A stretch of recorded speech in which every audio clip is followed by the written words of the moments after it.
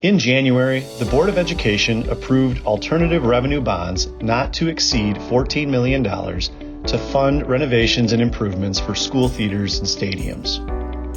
A bond is a type of loan. Under the Local Government Debt Reform Act, District 155 can pledge future evidence-based funding from the state of Illinois to secure alternative revenue bonds. The money the district receives is called principal.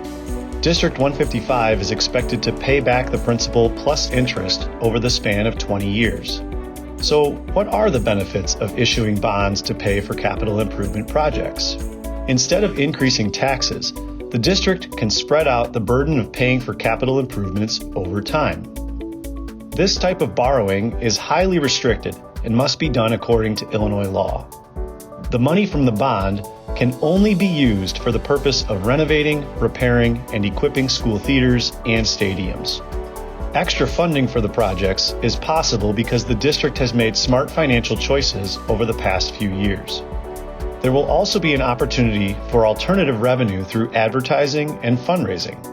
To stay up to date on the renovation projects, please visit the district's website, www.d155.org.